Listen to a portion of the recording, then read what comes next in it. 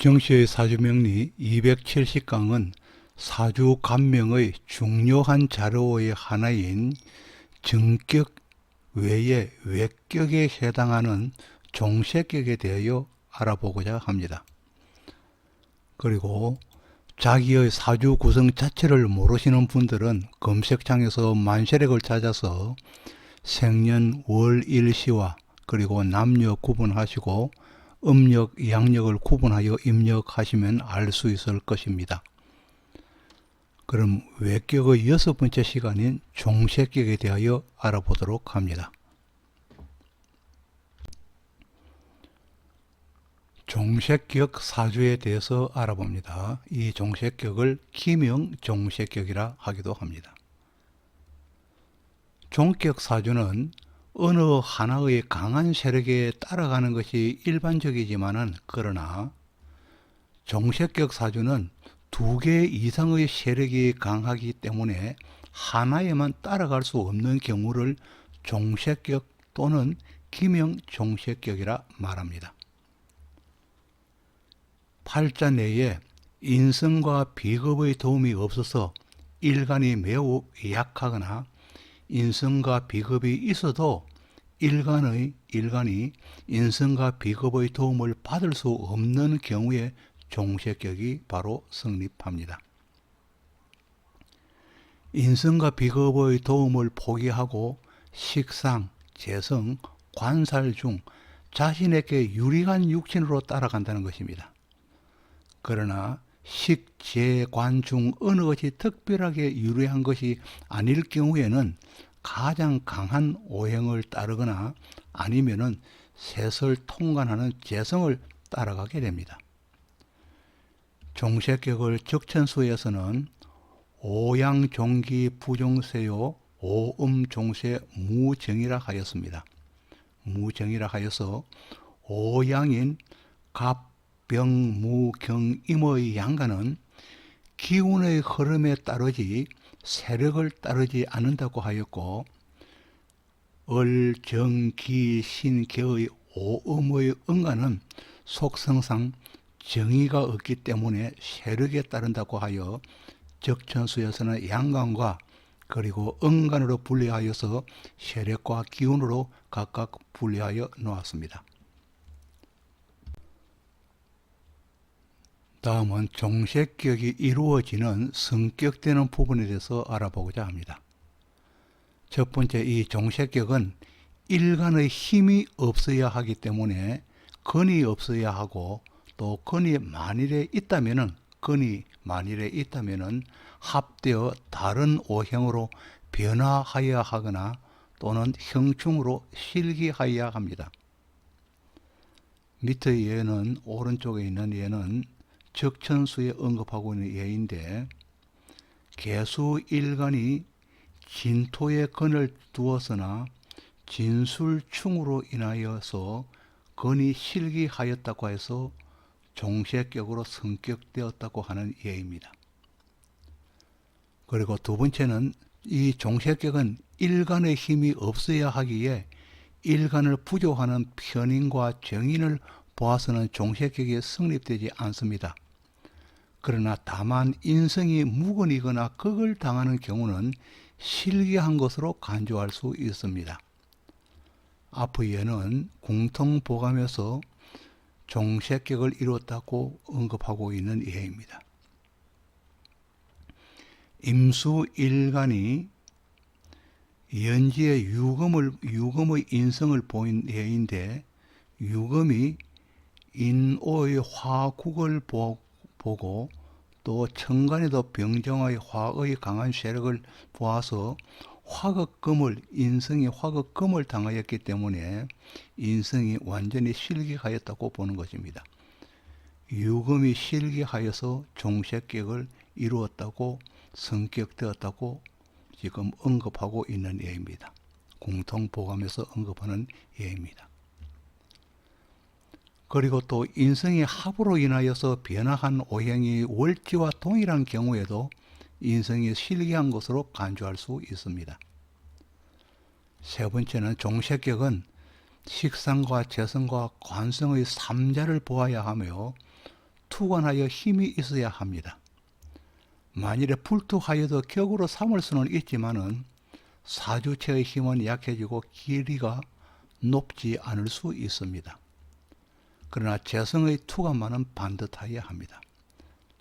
공통보감의 예를 보면은 임수는 재성인 오화를 보아서 천간의 정화가 투관되었습니다. 반듯하게 투관되었고, 계수 일간도 사화를 보고 지지의 사화를 보아서 천간의 병화가 반듯하게 투관되어 있는 예입니다.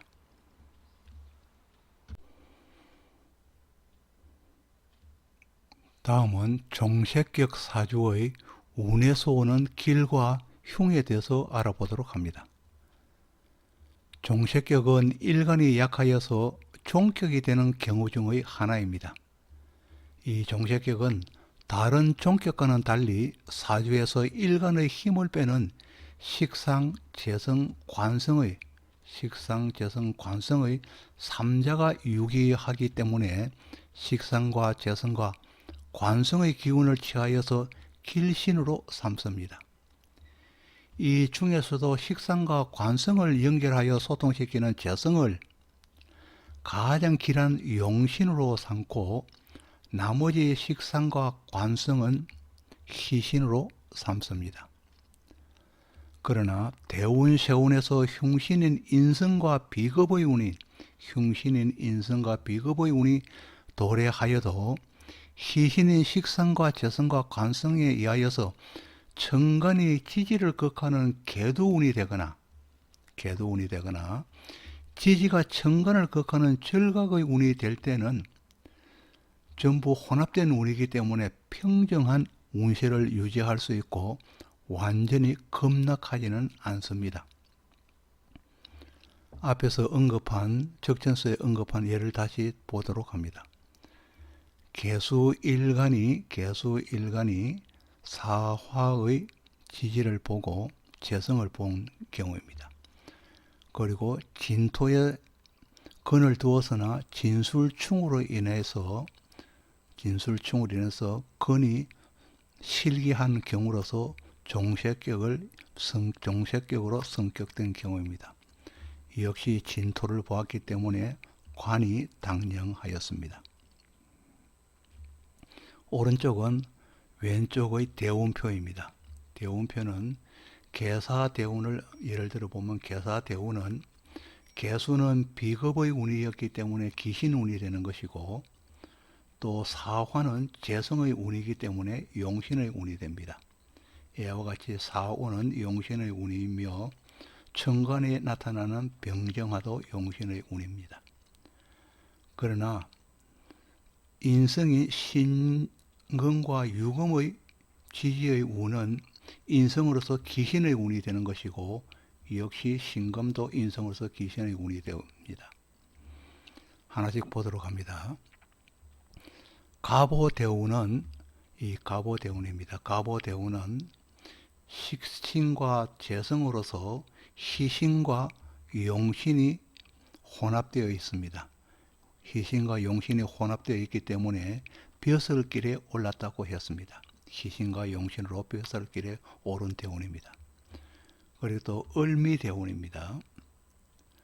을미대운은 똑같이 희신과 희신입니다. 똑같은 희신운이 있기 때문에 벼슬이 더 높게 되었습니다. 그러나 신유대운은 대운과 병신의 대운의 신금은 기신의 운이고, 정유대운의 유금은 역시 기신의 운입니다. 이와 같이 정화가 유금을 화극금하고 병화가 신금을 화극금하여서 계도되어서 이때는 용신과 용신의 운이었지만은 지지에서 기신을 보았기 때문에 완전히 급락하지는 않고 평정한 운세를 유지할 수 있었다고 하였습니다. 그러나 무술대운에서는 희신과 희신이었기 때문에 똑같은 관운으로서 희신과 희신이었기 때문에 관찰사에 이르렀다고 하였습니다. 그리고 또 해대운에서는, 그러나 해대운에서는, 기해대운입니다. 해대운에서는 일간이 강해지고 해수의 수기가 있어가지고 비겁으로서 기신대운이 강해지고 또 사해충이 되었습니다. 일간인 사화를 해수가 사해충하여서 이 일주 계사일주는 그때 망해 이미 사하였다고 하였습니다. 이 대운에서 사해운에서 사하였다고 하였습니다. 다음은 종색격의 특성을 보도록 합니다. 종색격으로 성격되면은, 격을 이루게 되면은 일간의 세력은 없는 것이기에 일간의 기질은 자연적으로 약화되어서 식재관으로 순응하게 됩니다. 이로써 사주체는 착하고 선량한 사람으로 누구와도 부딪히거나 다툼이 좀처럼 발생하지 않습니다. 상대의 인격을 존중해주고 자신을 과하게 나타내지 않는 건실한 사람의 근본이 되는 것입니다.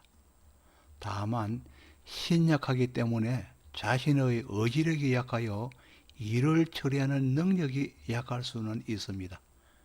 그리고 또 타인에게 의지하려는 의타심이 생길 수도 있습니다. 그리고 조금만 어려운 일에 부닥쳐도 당황하기 쉬워서 더 큰 손해를 자초하기도 하지만은, 그러나 어렵고 힘든 일에는 아예 접근하지 않으려 하고 자기 분수에 만족하는 편입니다. 그리고 또 종색격은 식신과 재성이 유기하여 친갑보다는 처가에 가까운 사람이 되기 쉽습니다. 또 종색격은 재성과 관성이 유기하여, 재성은 관과 관련성을 가지는 간급공사나 관으로 납품하여서 재물을 모으기 쉽습니다.